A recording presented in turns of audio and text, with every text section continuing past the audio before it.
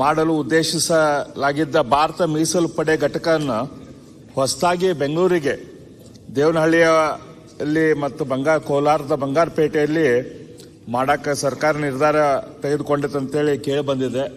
ಇದರಿಂದ ಉತ್ತರ ಕರ್ನಾಟಕಕ್ಕೆ ಎರಡು ಈ ಘಟಕಗಳು ಮಂಜೂರಾಗಿದ್ದು, ಹಿಂದೆ ಬೊಮ್ಮಾಯಿಯವರು ಇದ್ದಾಗ ಒಂದು ಉತ್ತರ ಕರ್ನಾಟಕಕ್ಕೆ ಧಾರವಾಡ ಮತ್ತು ಬೆಳಗಾಂ ಬಾರ್ಡರ್ದಲ್ಲಿರುವಂಥ ಬೇಲೂರಲ್ಲಿ, ಇನ್ನೊಂದು ಬೆಂಗಳೂರು ಹತ್ತಿರ ಕೋಲಾರದಲ್ಲಿ ಮಾಡ್ಬೇಕಂತ ಮಾಡಿದ್ದು.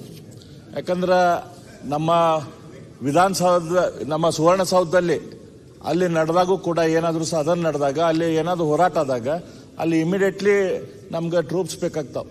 ಅದಕ್ಕೆ ಆ ದೃಷ್ಟಿಯಿಂದ ಕೂಡ ಅನುಕೂಲ ಆಗುತ್ತೆ. ಬಾರ್ಡರ್ ಇಶ್ಯೂಸ್ ಇರ್ತಾವೆ, ಆಮೇಲೆ ಕಮ್ಯುನಲಿ ಸೆನ್ಸಿಟಿವ್ ಇರುವಂಥ ಏರಿಯಾ. ಹಾಗಾಗಿ ಒಂದು ಉತ್ತರ ಕರ್ನಾಟಕಕ್ಕೆ ಮತ್ತು ಒಂದು ದಕ್ಷಿಣ ಕರ್ನಾಟಕಕ್ಕೆ ಅಂತ ಮಾಡಿದ್ದು. ಇವು ಎರಡೂ ಸೆಂಟರ್ಸು ಈಗ ಒಂದು ಕೋಲಾರದಲ್ಲಿ ಮತ್ತು ಇನ್ನೊಂದು ದೇವನಹಳ್ಳಿಯಲ್ಲಿ ಮಾಡ್ತಾ ಇದ್ದಾರೆ ಅಂತ ಕೇಳಿದೆ. ಕೋಲಾರದಲ್ಲಿ ಮೊನ್ನೆ ಗೃಹ ಸಚಿವರ ಪೇಪರ್ದಲ್ಲಿ ನೋಡಿದೆ, ಆಲ್ರೆಡಿ ಹೋಗಿ ಅದಕ್ಕೆ ಅವರು ಪೂಜಾನು ಕೂಡ ಮಾಡಿ ಬಂದರಂತೆ ನನಗೆ ಅನಿಸುತ್ತೆ.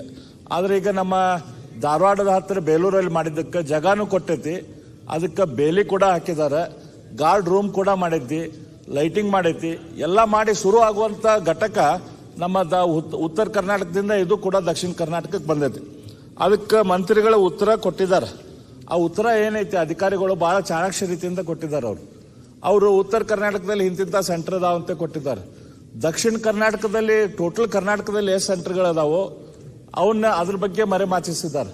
ಹಾಗಾಗಿ ಉತ್ತರ ಕರ್ನಾಟಕಕ್ಕೆ ಅನ್ಯಾಯ ಆಗಬಾರ್ದು. ಮಂತ್ರಿಗಳೇ ನಂದು ವಿನಂತಿ, ಉತ್ತರ ಕರ್ನಾಟಕಕ್ಕೆ ಸ್ಯಾಂಕ್ಷನ್ ಆಗಿದ್ದು ಅಲ್ಲಿ ಮಾಡ್ರಿ, ಇಲ್ಲಿ ಬೇಕಂತಂದ್ರೆ ಇನ್ನೊಂದು ತೊಗೊಂಬಂದು ಮುಂದೆ ಮಾಡ್ರಿ.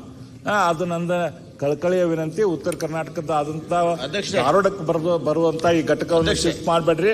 ಮತ್ತು ನಾನು ನಿಮ್ಗೆ ವೈಯಕ್ತಿಕ ಕೂಡ ಹೇಳಿದ್ದೆ, ಇದು ರೀಸನ್ ಯಾಕೆ ಶಿಫ್ಟ್ ಆಗ್ತದಂದ್ರೆ ಇದು ಅಲ್ಲಿ ಒಬ್ಬರದ್ದು ಲ್ಯಾಂಡ್ ಐತಂತ ನಿಮ್ಮ ಅಧಿಕಾರಿಗಳದ್ದು, ಪೊಲೀಸ್ ಅಧಿಕಾರಿಗಳದ್ದು.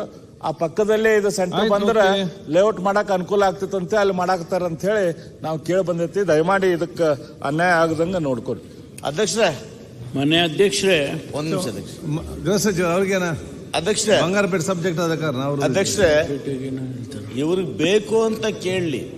ಬಂಗಾರಪೇಟೆ ಆಗಿರ್ತಕ್ಕಂಥದನ್ನ ಯಾಕೆ ಕೊಡಿ ಕೇಳೋಕೋಸ್ಕರ ಮಾಡಬಾರ್ದು. ಅವ್ರಿಗೆ ಬೇಕು ಅಂತ ಕೇಳಲಿ, ಮಾಡಿಸ್ಕೊಳ್ಳಿ. ಬಂಗಾರಪೇಟೆ ಯಾಕೆ ಕೊಟ್ಟಿದ್ರಿ ಯಾಕೆ ಕೇಳ್ತೀರಿ ನೀವು? ಯಾಕೆ ಕೊಡಬಾರ್ದು? ಬಂಗಾರಪೇಟೆ ಪಾಕಿಸ್ತಾನದಲ್ಲಿ ಇದೆಯಾ? ಇಲ್ಲ, ಅವ್ರು ಕೊಡೋದಕ್ಕೆ ನಿಮ್ಗೆ ಬೇಕು ಅಂತ ಕೇಳಿ.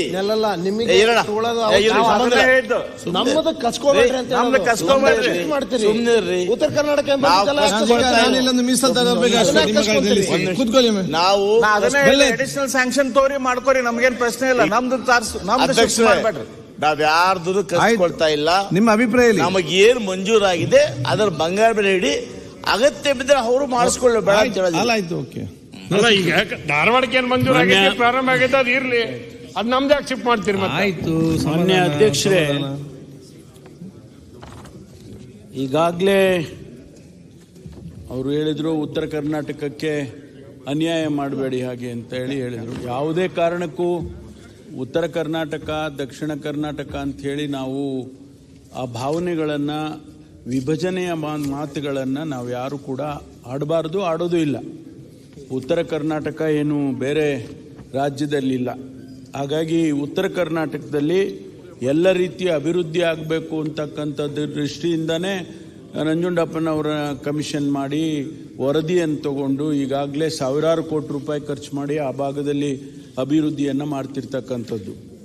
ಅದರ ಹಿನ್ನೆಲೆಯಲ್ಲಿ ಈಗ ಉತ್ತರ ಕರ್ನಾಟಕದಲ್ಲಿ 6 ರಿಸರ್ವ್ ಬೆಟಾಲಿಯನ್ಸ್ ಇದೆ. ಮಾನ್ಯ ಅಧ್ಯಕ್ಷ, 6ನೇ ಪಡೆ ರಾಜ್ಯ ಮೀಸಲು ಕಲಬುರಗಿಯಲ್ಲಿ, 2ನೇ ಪಡೆ ಕರ್ನಾಟಕ ರಾಜ್ಯ ಮೀಸಲು ಬೆಳಗಾವಿಯಲ್ಲಿ, ತರಬೇತಿ ಶಾಲೆ ಕಂಗ್ರಾಳಿ ಬೆಳಗಾವಿಯಲ್ಲಿ, 10ನೇ ಪಡೆ ಶಿಗ್ಗಾವಿ ಮತ್ತು ರಾಯಪುರ ಉಪಘಟಕ, ಭಾರತೀಯ ಮೀಸಲು ಪಡೆ ಅರಕೇರಿ ವಿಜಯಪುರ, ಭಾರತೀಯ ಮೀಸಲು ಪಡೆ ತರಬೇತಿ ಮುನ್ರಾಬಾದ್ ಕೊಪ್ಪಳ ಜಿಲ್ಲೆ. 6 ರಿಸರ್ವ್ಡ್ ಬೆಟಾಲಿಯನ್ನು ಈಗಾಗಲೇ ಆ ಭಾಗದಲ್ಲಿದೆ.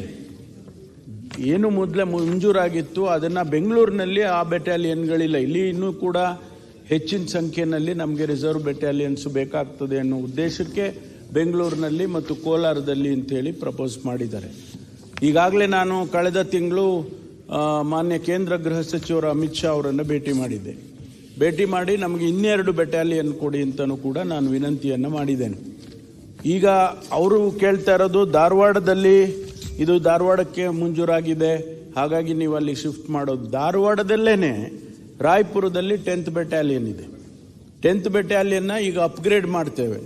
ಮುಂದಿನ ದಿನಗಳಲ್ಲಿ ಅದನ್ನು ಅಪ್ಗ್ರೇಡ್ ಮಾಡಿ ಅದು ಅಲ್ಲೇ ಇರೋದ್ರಿಂದ ಎರಡೂ ಕೂಡ ಒಂದೇ ಜಾಗದಲ್ಲಿ ಮಾಡೋದಕ್ಕೆ ಬರೋದಿಲ್ಲ. ಅದಕ್ಕೋಸ್ಕರ ನಾವು ಇಲ್ಲಿಗೆ ಶಿಫ್ಟ್ ಮಾಡ್ಕೊಂಡಿದ್ದೇವೆ. ಖಂಡಿತವಾಗಿ ಉತ್ತರ ಕರ್ನಾಟಕಕ್ಕೆ ಇನ್ನೂ ಅಗತ್ಯ ಇದೆ ಅಂತ ಹೇಳಿ ತಾವು ಹೇಳಿದಾಗೆ ಈಗಾಗಲೇ ನಾವು ಕಾರವಾರದಲ್ಲಿ ಒಂದು ಮಾಡಬೇಕು, ಯಾಕೆ ಅಲ್ಲಿ ನೇವಲ್ ಬೇಸ್ ಇದೆ, ಅಲ್ಲಿಗೆ ಬೇಕಾಗಬಹುದು ಅಂತ ಹೇಳಿ ಅಲ್ಲಿ ಕೂಡ ನಾವು ಚಿಂತನೆ ಮಾಡಿದ್ದೇವೆ. ಅದರಿಂದ ಯಾವುದೇ ಕಾರಣಕ್ಕೂ ನಾವು ನಿಮಗೆ ಅನ್ಯಾಯ ಮಾಡಿ ನಾವು ತಗೊಂಡು ಬಂದ್ವಿ ಎನ್ನುವ ಭಾವನೆ ಬೇಡ. ಸರ್, ಈಗೇನು ಅಡಿಷನಲ್ ಸ್ಯಾಂಕ್ಷನ್ ಆಗಿದೆ ಅದನ್ನ ಅಲ್ಲಿ ಕೊಡ್ಲಿ, ನಮ್ಗೆ ಪ್ರಶ್ನೆ ಇಲ್ಲ. ನಮ್ದು ಸ್ಯಾಂಕ್ಷನ್ ಆಗಿದೆ ಅಲ್ಲಿ ಇರ್ಲಿ. ಓಕೆ, ಎಸ್ ಟಿ ಮಂಜು, ಈಗ ಇನ್ನೂ ಕೂಡ 10-12 ಕಾಲಿಂಗ್ ಅಟೆನ್ಷನ್ ಇದೆ. ಕ್ಯಾಬಿನೆಟ್ ಕೂಡ ನೀವೆಲ್ಲ ಬೇಗ ಬೇಗ ಮಾತಾಡಿ ಗಮನ ಸೆಳೆದು ಉತ್ತರ ಪಡೆದ್ರೆ ಧನ್ಯವಾದಗಳು. ಮಾನ್ಯ ಸಚಿವರಲ್ಲಿ